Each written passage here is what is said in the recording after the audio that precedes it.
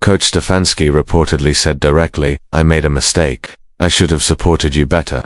The head coach apparently admitted that outside pressures, team politics, and personal prejudices had influenced how he judged the quarterback situation. Sanders, staying calm as usual, apparently took the apology gracefully while focusing on team success rather than personal revenge.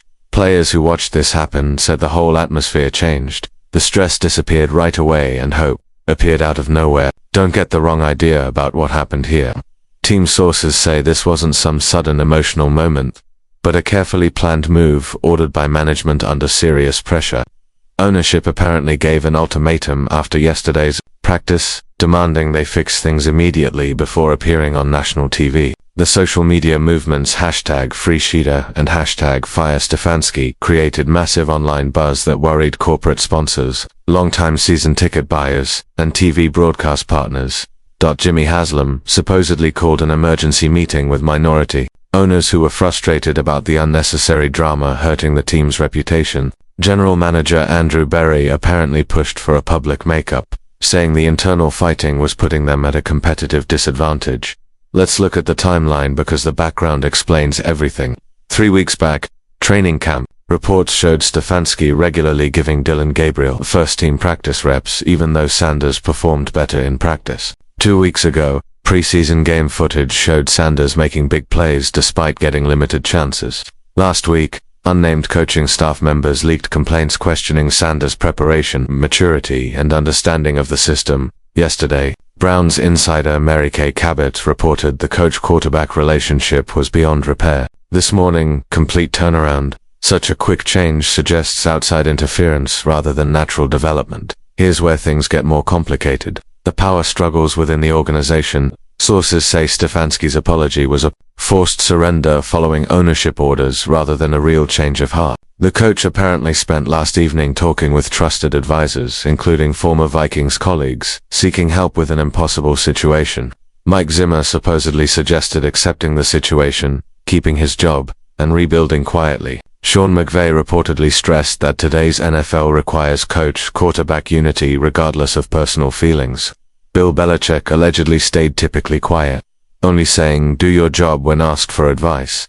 The mental pressure on Stefanski needs attention. A former Northwestern linebacker turned coaching star, he built his reputation through careful preparation, systematic player development, and culture building. His Minnesota success running the offense, getting the best from quarterbacks, and earning a head coaching job represented a career pinnacle. Cleveland's hiring confirmed his exceptional skills. Playoff runs, Coach of the Year consideration, and team stability followed.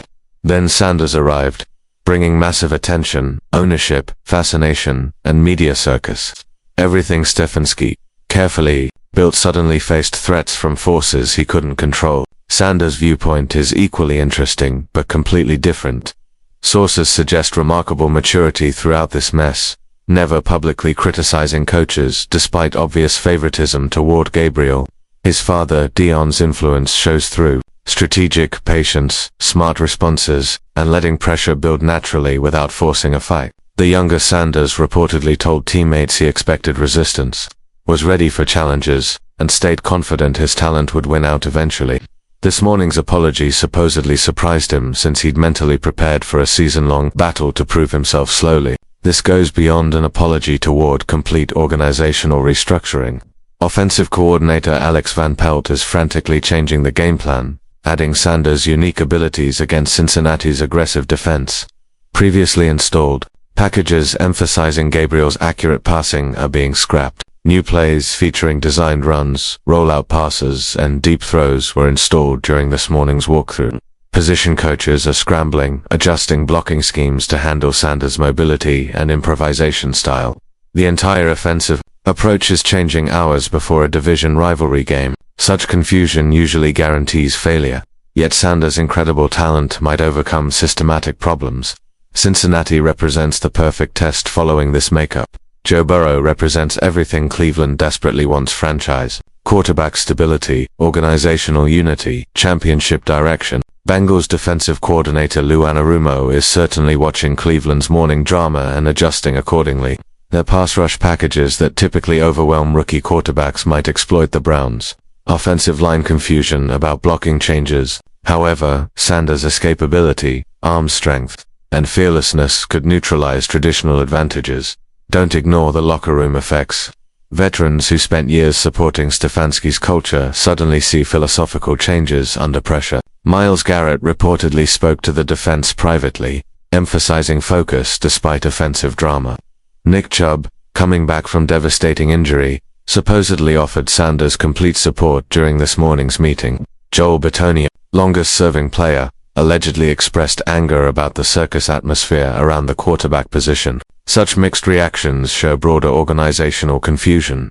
The coaching staff's internal relationships stay tense. Defensive coordinator Jim Schwartz maintains careful neutrality, refusing involvement in offensive personnel choices. Assistant coaches whisper worries about precedent, wondering if player empowerment has gone too far. Position coaches question development plans, timelines, practice structures, and evaluation methods going forward. Van Pelt faces enormous pressure maximizing Sanders' abilities without proper installation time. Special teams coordinator Bubba Ventroni supposedly expressed frustration about distraction timing before a crucial division game. Front office consequences prove equally important. Barry invested significant draft picks acquiring both quarterbacks, while watching organizational dysfunction potentially waste valuable resources.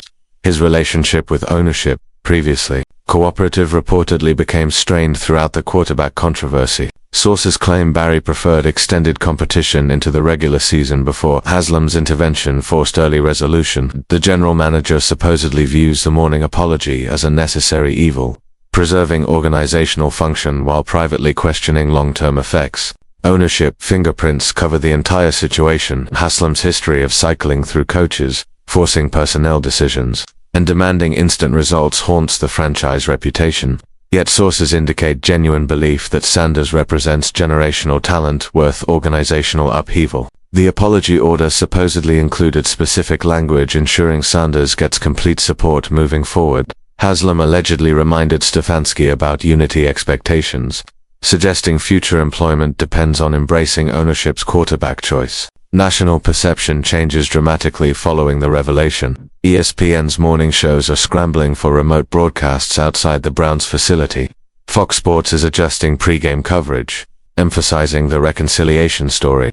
CBS is protecting its primetime investment, hoping controversy generates ratings. Social media algorithms are promoting Cleveland content, recognizing engagement numbers. The machinery surrounding professional football transforms Browns' dysfunction into entertainment product. Sanders' documentary crew is capturing historic footage, understanding cultural significance beyond sports. Local reaction stays predictably chaotic. Sports talk radio is exploding with caller opinions ranging from celebration to doubt. Browns backers chapters worldwide are processing information through various emotional stages.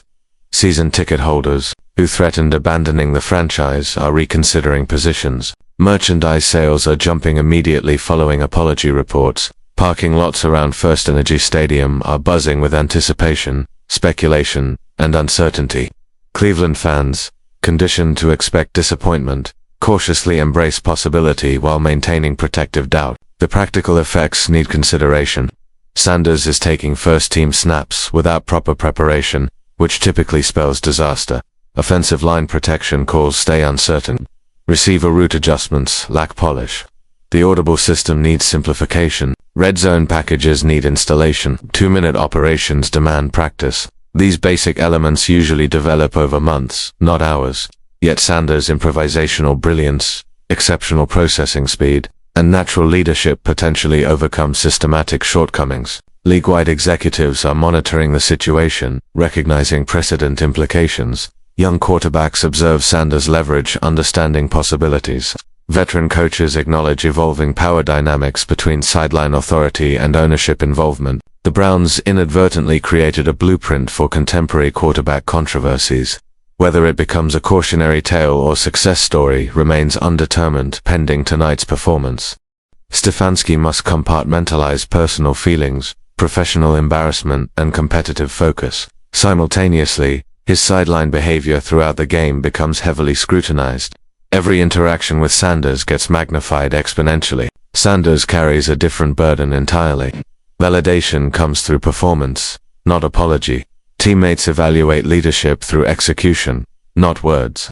The convergence of expectations would overwhelm normal humans, yet Sanders appears energized by pressure, motivated through adversity. Cincinnati arrives, expecting Brown's dysfunction to provide competitive advantage. Burrow remembers previous disrespect from Cleveland fans.